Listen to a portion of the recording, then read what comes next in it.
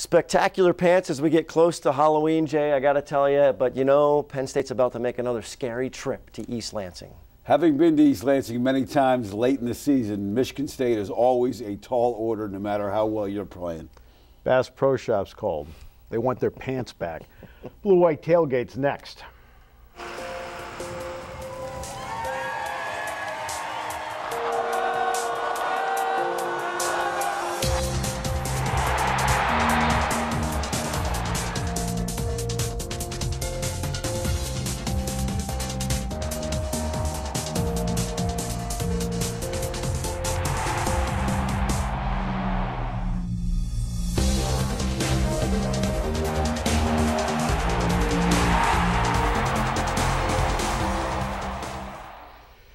Yes, KJ Hamler, the last one up there after the night he had against Michigan. All right, Steve, Jay, Todd, Josh coming up in a little bit. Just some opening thoughts on what you thought on Saturday night. Well, I think that they did just enough offense, just enough defense, just enough special teams, and they got the win. So what else can you ask for? Style points don't matter at this point in the season, guys. It's about just surviving and advancing and winning your game. They jumped out in front. It wasn't pretty per se, but Michigan doesn't play that kind of football. Their defense puts a lot of pressure on you. They did what they had to do, and that was to come away with a victory. All right, so let's kick it into a gear here. The PSECU update desk, and standing by is Josh Sperber.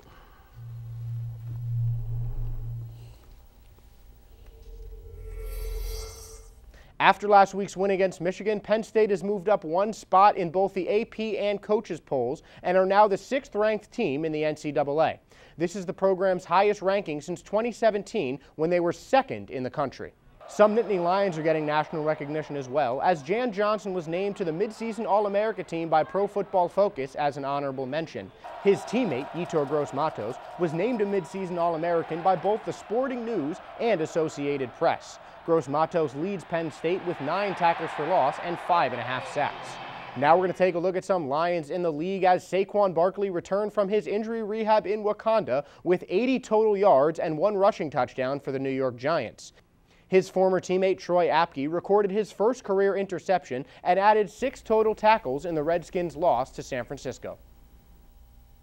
All right, so now let's get into the comments from Saturday night. James Franklin essentially saw what we saw in terms of how his team played to win it on Saturday. We didn't play, I would say, our best in all 3 phases tonight, but we played well enough to win the game. We played really good complementary football. We made plays when it was needed.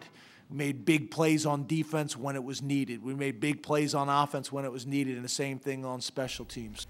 And for the first time since 2005, in fact, Penn State has back-to-back wins, guys, over ranked teams.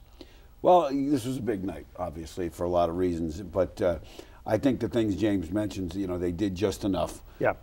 But to beat some of the teams they're going to play down the stretch, they're going to have to correct some things. They've got to be a little bit better in terms of some pass coverage things. I thought there were some holes there. And they didn't get to Shea Patterson very much, which I thought was a surprise. Yeah. I was surprised exactly how he got away from the rush, because I thought the rush was about to get home, and then he just was nimble enough to get away from it.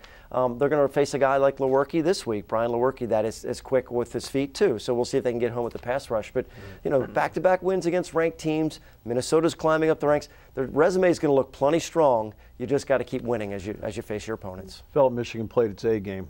Penn State might not have, and Penn State won. That tells me something, all right? Sometimes when you win, you're not playing your A game against a team that is. That tells me something. All right, Michigan State, you know, they have given Penn State a lot of problems over the years, so let's take a look at what they do. You can see over the years, and there's, you know, interesting. You'd never think that Penn State would have a better winning percentage in Columbus than they would in East Lansing, but that is a fact along the way. All right. So this is going to be, obviously, they need to focus on this game. And Dan Jacinta says, hey, look, they've got to lock in because they're trying to get 1-0 again. We're not really focusing on the history. It's not something we've even talked about the past couple of days, but we know that they're always a tough team. They always play super hard, super physical, and they are always a super talented team. And we respect that, and we want to, just practice hard and play up to our standard.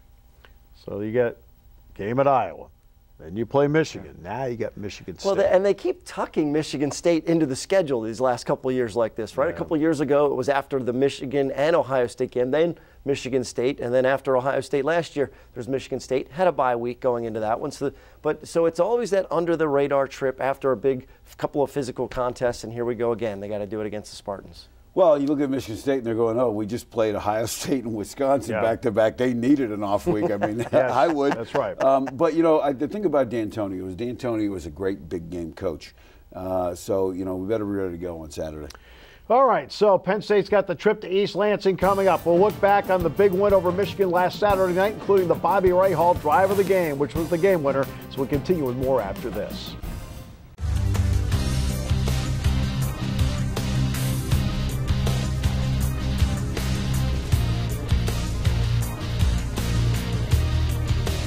All right, welcome back. So, great start. And then, look, it was one of those where the pendulum, okay? Euphoria, tension, euphoria, tension. Tension all the way till that ball hit the grass, because when it went into that guy's breadbasket, I went, uh-oh. But, I think one of the things that people probably haven't talked about is Harbaugh at the end of the game. I thought his biggest mistake was with 6 minutes to go. They had a 4th and about 5 at the 23. And I thought the way they were controlling that football game, offensively and defensively, you kick the field goal there, you get 2 possessions to 1, you probably shot to win the game, but he didn't. Yeah, and, think about it. If they get that, they did get the ball back and had a chance to score a touchdown. So that touchdown at the end might have been to win. So, yeah, absolutely. But it was one of those times where this is a team that you had to hit big plays against. So it was a matter of when they were going to hit big plays, and they hit them early and got the early lead and then went through a long stretch where they couldn't. Yeah, see, what Michigan wants to do in a game is they want to make the ordinary difficult, all right? And I thought Sean Clifford handled that really well in this game. We'll get that a little bit later. So scratching out a win. All right, so how did they scratch out the win? Okay, here's what's not on there. What's not on there is Penn State +1 giveaway takeaway. What's not on there is they got 7 points off the takeaway. They won by 7.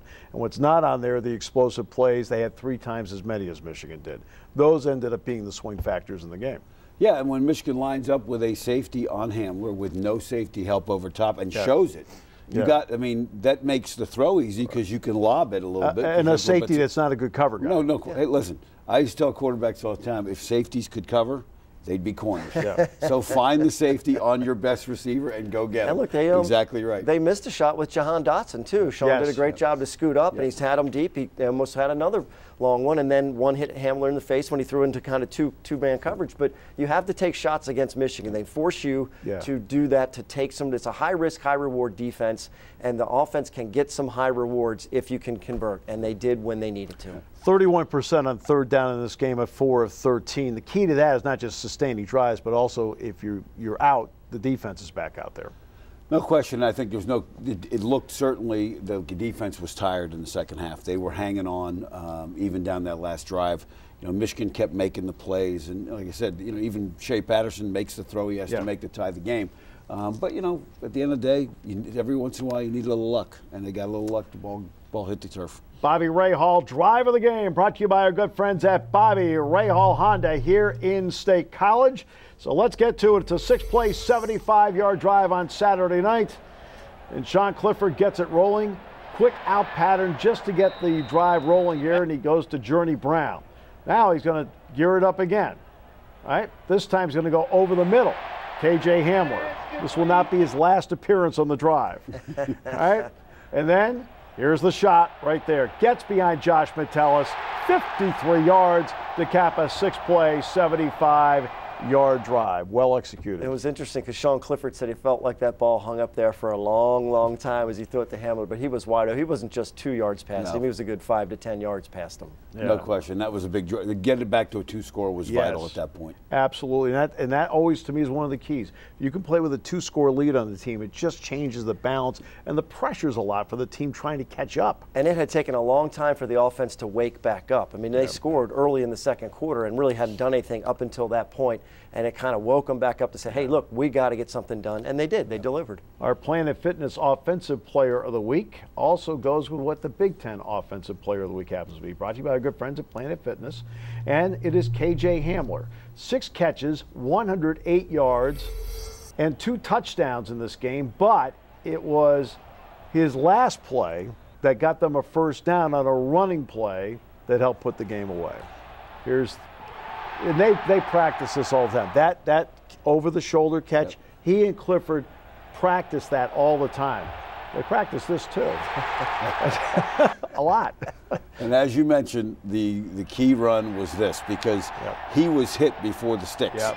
And he twisted and kind of worked his way to get the first down. If he doesn't get that first down, we might still be there. We might be in overtime number 10. You know, ironic, one of the best plays you can see as a coaching staff, as a teammate, is the kneel down that just ices, right? The last kneel Victory down formation. That drains the clock, drama-free. One of the best plays, and that run helped them do that. You know, what's interesting about that is all night long they use KJ in motion, where really he's a decoy, right? I felt on the last play there, Noah Kane was the decoy.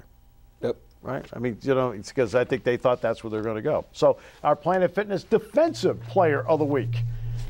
All right? It's going to be number 11, Micah Parsons. And here's a guy that just tracks him down. And Patterson thinks he's going to get to the edge. No. High snap. Okay. Haskins, no. Right. Then he tells Todd Sadowski he's strong. Patterson, no. Look, quarterbacks, wide receivers, it doesn't matter who had the ball. He's chasing them down. Yeah, he does. And he takes Haskins down from behind here. There's a hole there, too, and he takes him down. All right, so let's get to James Franklin. Let's assess Micah Parsons. One of the few guys who made the transition from high school to college had to go back from where he was instead of forward to the line of scrimmage. So, James, how's he doing? I think he's getting more comfortable and more confident, you know, every day, and taking more control. You know, I think the exciting thing for us and for Micah is I think he's got a lot of room for growth. I'm saying that after he had, 14 tackles. And I think fundamentally he can get a lot better. And it doesn't hurt that on the other side, guys, is a veteran in Cam Brown, who's played very well. No, I think Cam has been one of the unsung heroes of this defense. And, you know, Micah gets all the pub and all the attention, all the credit because of the hype he had coming in. But I think to ignore Cam would be a disservice the kind of year he's having. Coming up, we'll take a look at the Mark D'Antonio dossier. Now, I know we refer to it as files, but we like the word dossier. It's really cool. So we continue more after this.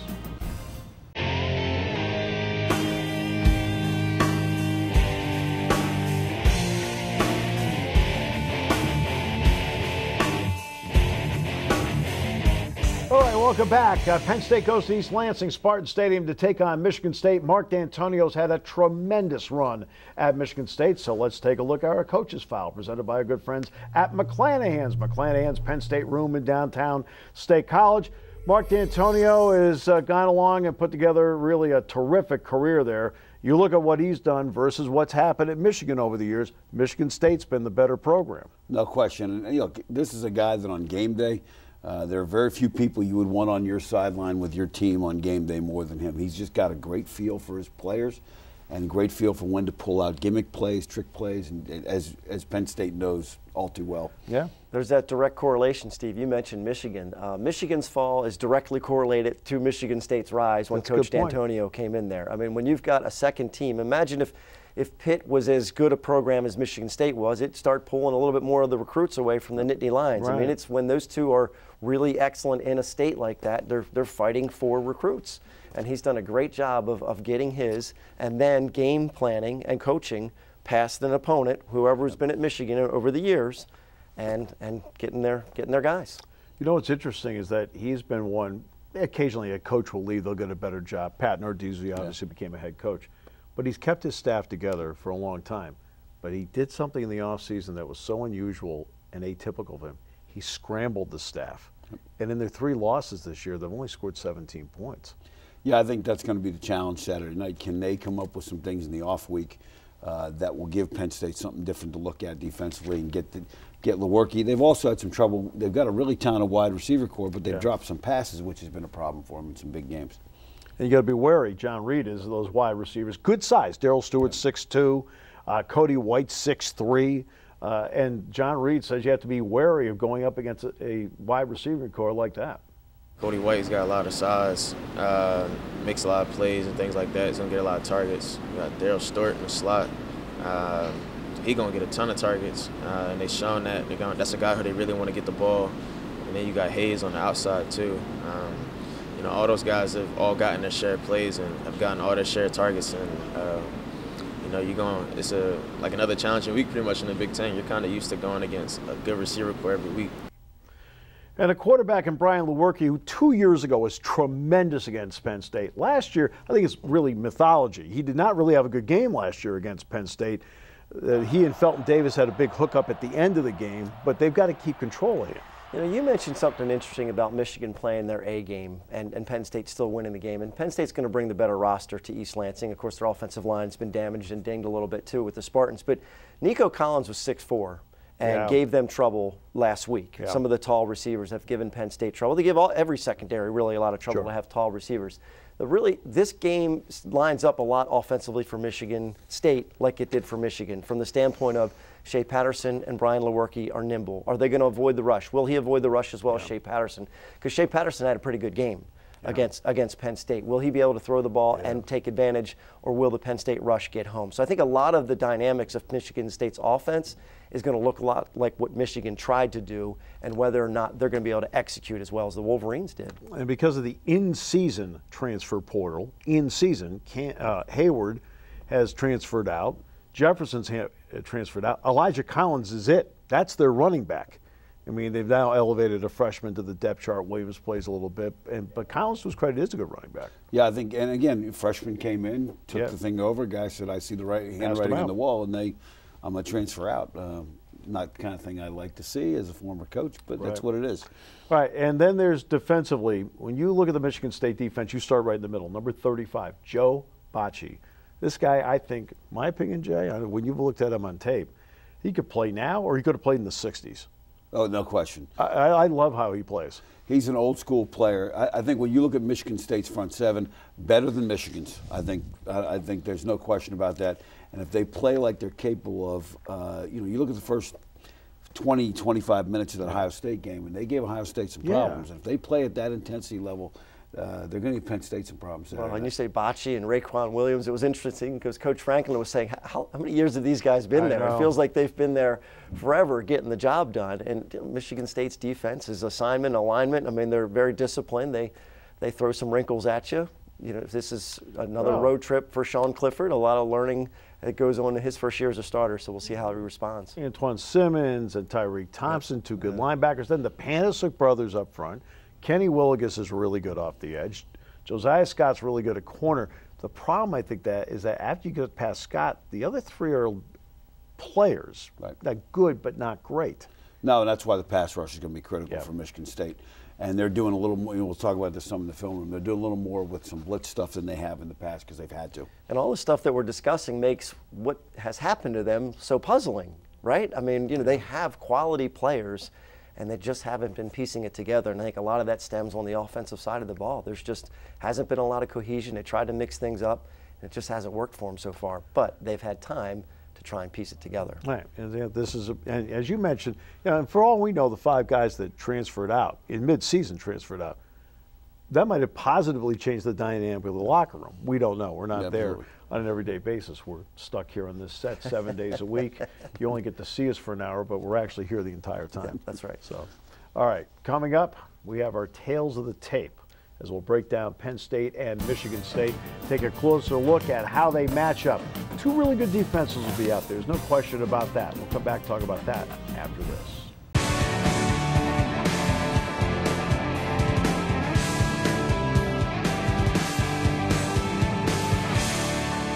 All right, welcome back. There's no question Michigan State's had success against Penn State over the years, especially in recent years. They took advantage of the sanction years, but they've continued it the last couple of years. Yeah, in surprising fashion. I mean, last 2 years, 10-point, double-digit leads in the fourth quarter, and they, again, as I mentioned about D'Antonio, just kind of kept their poise, made a play, didn't panic, and they won the game. Took advantage of a weather delay too. A couple of years ago, right? Yeah. 3 hours and 24 minutes. Not as if I didn't live through it. Stay on the air, Steve. You're good. Some strange things have been happening when they go to East Lansing or they face the Spartans. So hopefully they can avoid something like that. All right. So let's get to our tale of the tape, brought to you by our good friends at GoPSURV.com. Okay, I know you want green M&Ms, but like based on today's show, orange M&Ms? There you Would go. that be all right? I mean, I'm wondering. Pumpkin pie M&Ms. Little fall foliage M&Ms. But you can see they've given up 21 points a game. That's a product really of the last 2 weeks. Only 118 yards rushing a game, really good. Their defense has come to play, I think. I agree with you about the Ohio State thing. Yeah. Now, Wisconsin, they got pushed around a little bit, but that's style of play. But everybody gets pushed around by Wisconsin. And not Illinois. Yeah, they'll turn the ball. Wisconsin goes out there and turn the ball over 3 times. Again, that's a cautionary tale for this week. If Penn State goes out there and puts the ball on the ground, it's going to be a long day. And Sean Clifford's been fantastic about protecting the ball. I mean, let's face it, in the last couple of big games, ranked teams, he has not turned the ball over. So, Jay, you're right on the money with that. They've got to protect the football on the road. They have to. And Penn State this year has 10 takeaways, only 6 giveaways, so they're +4. Penn State has 59 points off their takeaways this year. That's 6 points a takeaway. Wow. That's an amazing number. It's a great number. And, and you look at Michigan State, they're +2 in turnover margin. Yeah. So you're looking at 2 teams that have that same kind of strength. So it's going to be a fun game to watch. Now, we talked Hopefully about not too fun. Right. We'll talk about the Michigan State secondary. Their job, #1, circle it, #1. They got to take out and contain KJ Hamler. Josh Sperber takes a closer look at KJ. There were a lot of questions about Penn State's offense heading into this season, but KJ Hamler's role as the #1 wide receiver was never one of them. At the halfway point of the year, Hamler's role in the Nittany Lion offense has only grown in importance. He just comes in every day and works hard, and every day at practice he goes full speed every play.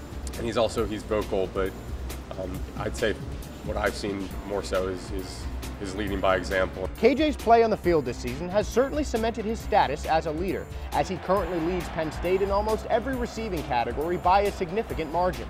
His combination of speed, agility, and explosiveness makes him hard to guard and puts his opponents at a serious disadvantage. If you don't sit patient with KJ, you're going to get beat. You got to get the reps against him too. So that's kind of the disadvantage that a lot of guys have in the game. You're going to get your reps in the game, but it's not usually when you want to get them against somebody like that. Reed called KJ, the Big Ten Offensive Player of the Week, one of the best wide receivers in the NCAA. And Hamler's play this year has certainly backed him up. He's scored a touchdown in every Big Ten game this year, and Penn State will need continued strong performances from Hamler if they want to keep rising in the conference and the country. Well, when you're going for big plays in your offense, and that's a critical part of what you're doing, having that guy really helps. Well, you can throw the ball up, he's going to catch up to it. But I think the thing about Penn State that we're going to need to see this week is, can they diversify beyond him? Oh, sure. Because teams, you take him out of that game Saturday night, and that's a loss. Josh mentioned he scored a touchdown in every Big Ten game, and that's important because they didn't give him enough touches before the bye week. They made the adjustment, start to give him the ball more, and I want to see how they can get him the ball against Michigan State. We haven't seen jet sweeps. If they have trouble going across, inside, maybe they'll get him around the end and get him a jet sweep or something like that. But you have to find ways to have them not take him out of the game. You got to get him the ball. And that's where maybe a Pat Frymouth comes into play to loosen it up a little bit for him. Sure. Is that reasonable? I would think, but and that's a guy that the last several weeks you've started to say, where. What was it, Buffalo, whatever, he had 7 or 8 catches. And he said, where has Actually, that guy? Pitt, he had 9 catches. Pitt, 9 catches. And you start to say, that guy's got to, we got to find a way to get him the ball. All right, so now let's get to our tail of the tape, brought to you by GoPSURV.com. Todd has demanded, again, the green M&Ms. By the way, tasty. When you see Todd, by the way, maybe you could bring him a bowl. Yeah, they're That'd tasty. Be great. You can see what's happened so far this season, the Penn State defense. See, the key is the Michigan State offense is averaging 24 points a game.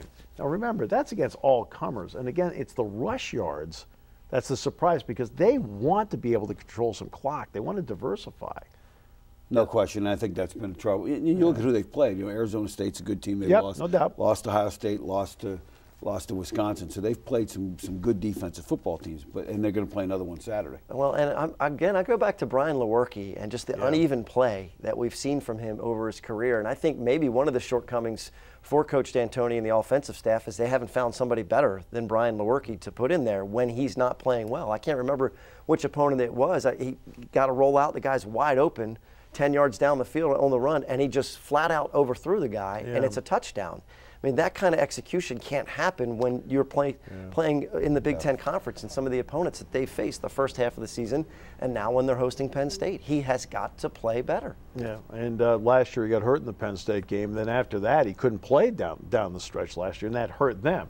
And James Franklin knows containment is critical on number 14. You just can't be screaming up the field and creating rush lanes if they're able to cover us up and wash us out.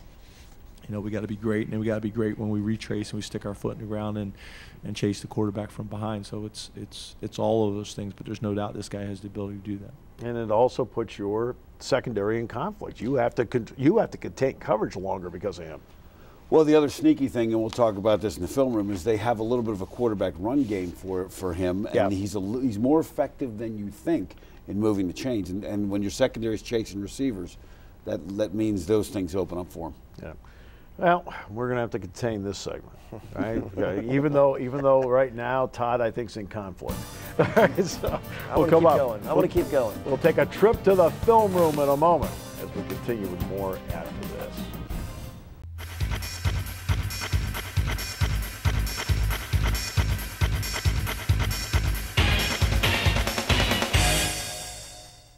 Welcome back to the Blue White Tailgate. It's time to talk X's and O's in the film room with Jay Paterno. It is brought to you by Beer Bellies Beverage.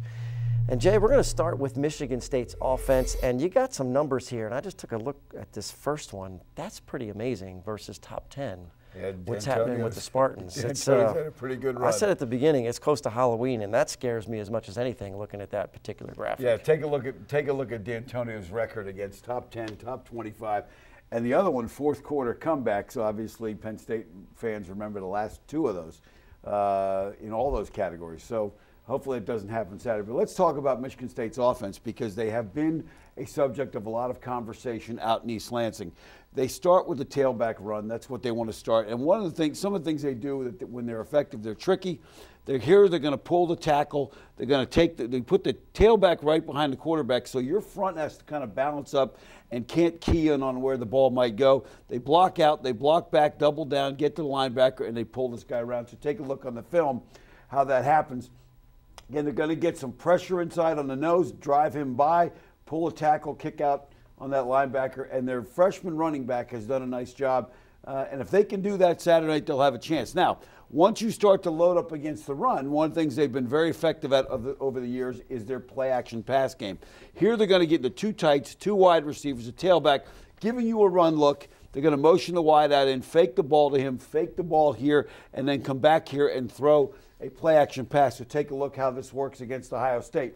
Again, they bring the guy in motion, quarterback fakes it, jet sweep, fakes the tailback. Ohio State safety's up on the line of scrimmage to play the run, and they get Stewart in behind him, and he makes the catch for a touchdown. And again, that's something Penn State's got to be ready for. The other thing you want to be careful of when you play Michigan State is Lewerke does not get a lot of attention as a runner, but he's very, very effective. He's not going to get to the 50-yarder. But, again, quarterback run game. They're going to fake the ball to tailback here, get everybody rolling, and now pull this tight end from the backside, double up here, and get those linebackers to move with the fake. So take a look how they do this on the film. Again, that play fake pulls the linebackers. They got the tight end backside come around. And, again, not 20 yards, but 13, 14 yards, move the chain. The other thing that I suspect they will do against Penn State is move the launch point. And when you hear people talk about moving the launch point, normally a quarterback is going to drop back and throw the ball from right behind center there. Here they're going to bring a tight end in motion, block the edge, and now he's actually going to throw this ball all the way out here. So if that Penn State pass rush is focused on getting to that point, they're going to have to adjust and realize he's out here. So take a look on the film how they do that. They bring that tight end across. He blocks the end. Again, hopefully they don't, if you're Michigan State, you don't want to be blocking Penn State's defensive ends all day with a tight end, but it moves the pocket, gets the ball downfield. That's smart. They're going to have to do that with some offensive linemen that are hurt for sure. Okay, let's switch to the defensive side of the ball, where the Spartans have had a steady pipeline to the NFL. They got a lot of talent and a lot of guys with experience on that defense. Yeah, let's take a look at the first full screen here. There are three guys that you really want to look at. Joe Bocci, you want to look at Simmons, and you want to look at Willekes. Those three guys have combined for big, big numbers. They're the three of the real stars in that front seven. A lot of sacks, a lot of tackles for losses, And Bocce seems like he's been there, as we mentioned, for a long time. So let's take a look at them. When they line up in their basic defense, they're going to be 4 down guys. They're going to Bocce in the middle, Simmons out here in the alley, kind of a hybrid safety kind of nickel, and then Willikis is a good pass rusher. What they do in the secondary is they're going to pressure your outside guys, which has been a problem for Penn State.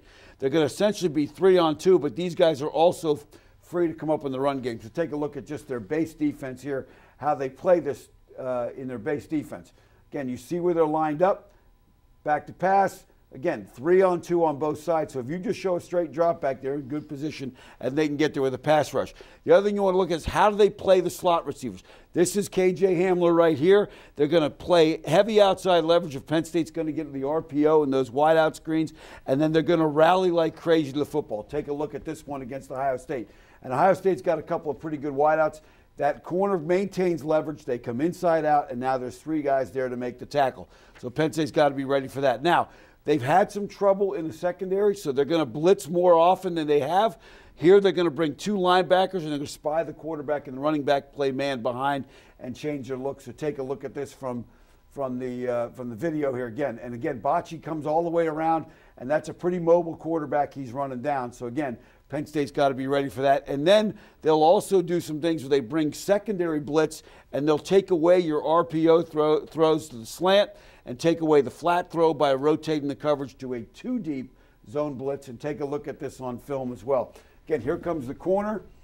And now the easy throw that quarterback thought he'd have because of the blitz is gone, both in the flat and in the slant. So Penn State's got to be ready for a couple of different looks. Great stuff as usual. Another great relic as we continue to celebrate the 150th anniversary of college football. Touchdown, Amos Alonzo Stagg. 1927, first edition. This was a gift to my dad that I gave him for Father's Day. But let's take a look at a couple of pictures in this book. And the first one is the parking at the Michigan University of Chicago game. So if you thought parking at Penn State was a mess, They're look at this stacking one. them up. The next picture you'll see is Red Grange scoring a touchdown for Illinois against Chicago in a 21-21 tie. He did not get a touchdown chain because he had to go play defense immediately. And last but not least, a legendary photo, Walter Camp with Amos Alonzo Stagg, 2 Giants of the game. All right, we're done in the film room. Dearth of competition at home forced the Wolverine to forage afar. Great stuff from Jay Paterno. We'll be right back.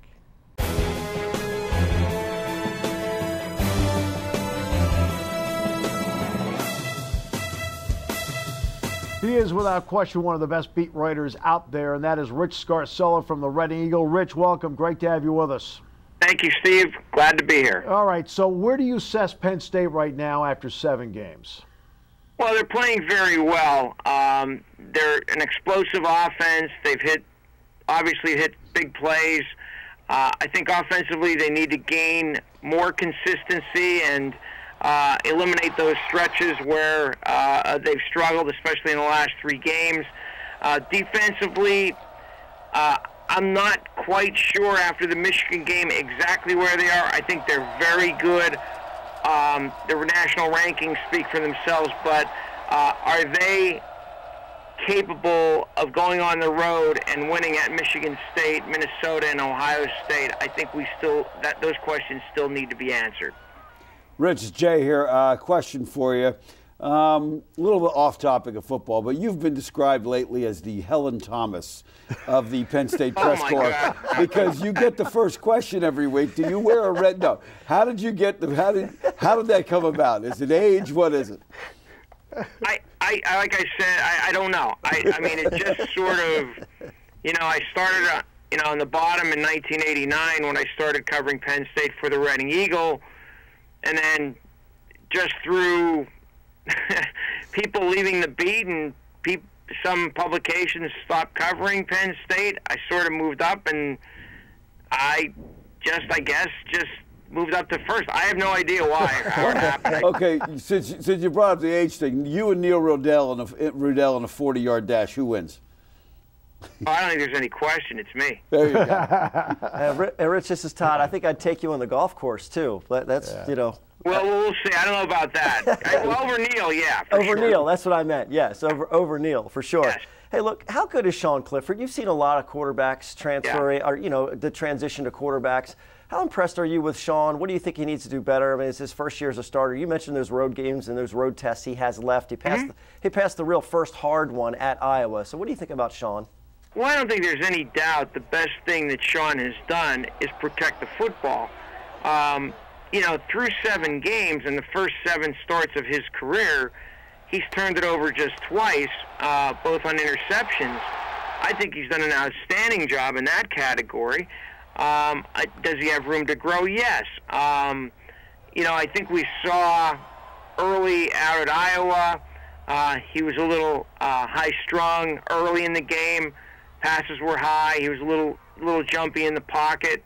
He calmed down and he played much better in the final 3 quarters. I think he got off to a great start against Michigan, and then things kind of, you know, things changed and it seemed like he was missing some things.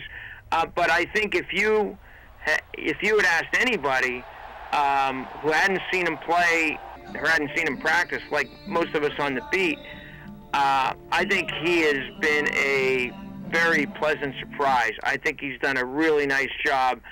And are there things that he needs to get better at? Yes. And I think he's committed to do that, and I think he will. All right, every year takes on its own personality. So Penn State's going to play Michigan State. Michigan State's played well against Penn State over the years. But every year brings its own matchup. So how do you view this matchup? Well, I mean, Michigan State is an enigma because they returned a bunch of starters on both sides of the ball. They've really struggled on offense, especially running the football. I think Penn State will have the upper hand in that matchup. I think Penn State's defense against Michigan State's offense, Penn State has the advantage. On the other side of the ball, it's really, really strange. Michigan State has allowed at least 31 points in each of its last 3 games, Indiana, Ohio State, and Wisconsin. But they have some really, really talented players on that side of the ball who have been around, like Joe Bocci, who seems like he's been around forever. You know, I would give Michigan State maybe a slight edge there. You know, if Penn State is going to have to run the football to beat Michigan State Saturday, and I think that's the biggest question. Can they do that? And if they can, if they can run for at least 150 yards, I think they win the game. Rich, Jay, and when you were talking about Penn State's defense from Saturday night, I'm a little bit like you. I was surprised that Michigan was Michigan had been struggling offensively as well. I was surprised that they were able to do some of the things that they did. Were you surprised how effective they were running the ball as the game went on? Is that part of it? Yeah, I was. I don't know if it was I can't believe it was a stamina type of thing because Penn State's defense has played so many guys. You know, maybe it was people out of position. I know there were a couple missed tackles in the open field, but that was in the passing game. I was surprised, yeah. I was also surprised that the front 7 weren't able to sack Shea Patterson. You know, Michigan State has allowed only 10 sacks this year, the second fewest in the Big Ten. But I think 5 of them, yeah, I think it's 5 of them have come in the last 2 games. So that's going to be an interesting matchup. They're going to have to get to Lewerke. They're going to have to pressure him. They're going to have to, you know, stay in their rush lanes. You know, I think Penn State's defense is capable of doing that out there in East Lansing. Rich, thanks so much. We really appreciate it and great respect for your work as always. Steve, my pleasure as always. Thanks, guys. We'll come back with more after this.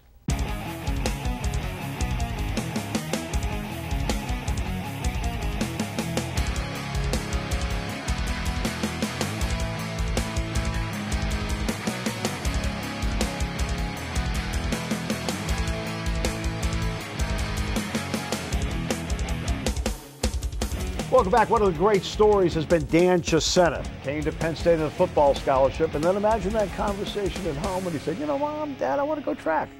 What about your football scholarship? I want to go track. And then he decides to go back to football, and there was a big influence in that. When I tore my hamstring in track my junior year, I really sat down and thought about what I want the next 18 months or whatever to look like. And I just prayed a lot about it and felt like if I could have another shot to play here and stay at Penn State, then I would love the opportunity.